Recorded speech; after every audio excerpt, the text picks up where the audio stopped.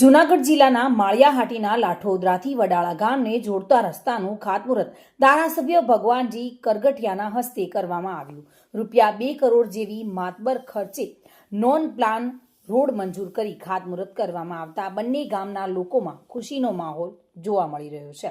આ રોડ બંને ગામની પ્રજા મતે આશીર્વાદરૂપ હોય સ્થાનિકોએ આગેવાનોનો આભાર વ્યક્ત કર્યો હતો. આ તકે ધારાસભ્યની સાથે તાલુકા પંચાયતના પ્રમુખ દિલીપ સિસોદિયા, જિલ્લા પંચાયતના કારોબારી ચેરમેન દિલીપસિંહ, માનસિંહ સિસોદિયા, વિક્રમસિંહ સહિત સ્થાનિક લોકો બહોળી સંખ્યામાં ઉપસ્થિત રહી પોતાનો હર્ષ વ્યક્ત કર્યો હતો. ધારાસભ્ય માંગરોળ માળિયા આજ રોજ ગુજરાત સરકાર દ્વારા